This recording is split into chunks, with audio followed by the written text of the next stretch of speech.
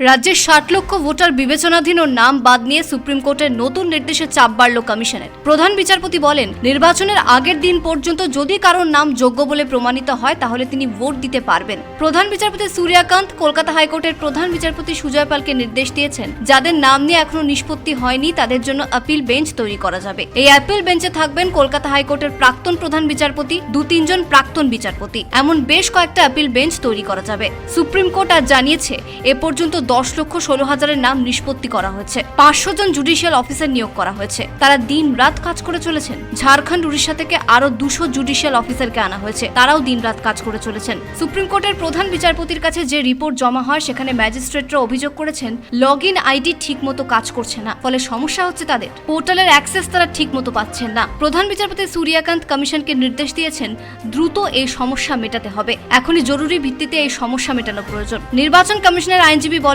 দ্রুত সমস্যার সমাধান করবেন তারা। রাজ্যের আইনজীবী মেনকা গুরুস্বামী বলেন, ২০০২ সালে ভোটার তালিকায় যাদের নাম ছিল এমন ৪৮ লক্ষ ভোটারের নাম বিচারাধীন রাখা হয়েছে। আজ প্রধান বিচারপতি বলেন, যারা প্রকৃত ভোটার তাদের নাম কখনো বাদ যাবে না, কিন্তু যারা প্রকৃত ভোটার নয় তাদের নাম বাদ যাবে। যদি দেখা যায় একজন প্রকৃত ভোটারের নাম নির্বাচনের আগের দিন পর্যন্ত ভোটার তালিকা থেকে বাদ পড়েছে, তাহলেও তিনি ভোট দিতে পারবেন।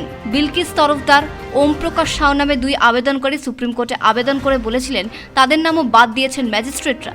দুজনের আবেদন খতিয়ে দেখার পর সুপ্রিম কোর্টের প্রধান বিচারপতি সূর্যকান্ত বলেন, তারা যে আবেদন করেছেন আর তাতে যে নথি দিয়েছেন তা পর্যাপ্ত নয়। সুপ্রিম কোর্ট মনে করে রাজ্য সরকার ও নির্বাচন কমিশন সন্দেহজনক কাজ করছে। প্রধান বিচারপতি বলেন, আমরা জানি কি হচ্ছে, আমাদের কাছে সব রিপোর্ট রয়েছে। যারা বিচার বিভাগীয় ম্যাজিস্ট্রেটদের নিয়ে প্রশ্ন তুলছেন তাদের জরিমানা করা উচিত ছিল। আমি শুনতে চাই না ভবিষ্যতে কোনোদিন এ ধরনের অভিযোগ আসবে। যদি কেউ এ ধরনের অভিযোগ করেন তাহলে তার বিরুদ্ধে কড়া ব্যবস্থা নেবে সুপ্রিম কোর্ট। তবে যাদের নাম বাদ পড়ছে তারা প্রয়োজনে আপিল ট্রাইব্যুনালে আবেদন করতে পারেন। কলকাতা হাইকোর্টের প্রধান বিচারপতি সিদ্ধান্ত নেবেন এই আপিল ট্রাইব্যুনালে কতজন বিচারপতি থাকবেন। কলকাতা হাইকোর্টের প্রধান বিচারপতি সুজয় পাল নির্ধারিত করবেন আপিল ট্রাইব্যুনালের বিচারকদের সাম্মানিক। নির্বাচন কমিশন সেই টাকা দ্রুত মিটিয়ে দেবে। কমিশনকে কলকাতা হাইকোর্টের প্রধান বিচারপতি নির্দেশ দেবেন সাপ্লিমেন্টারি চার্জশিট প্রকাশ্যে আনার জন্য। যখনই কলকাতা হাইকোর্ট এই নির্দেশ দেবে তখনই তা প্রকাশ করতে হবে। তৃণমূল কংগ্রেস মনে করছে এটা তাদের আরও একটা অন্যতম জয়। নির্বাচন কমিশন ভোটারদের নাম বাদ দেওয়ার যে চক্রান্ত করেছিল সেই চক্রান্ত কার্যত শেষ। Bureau report,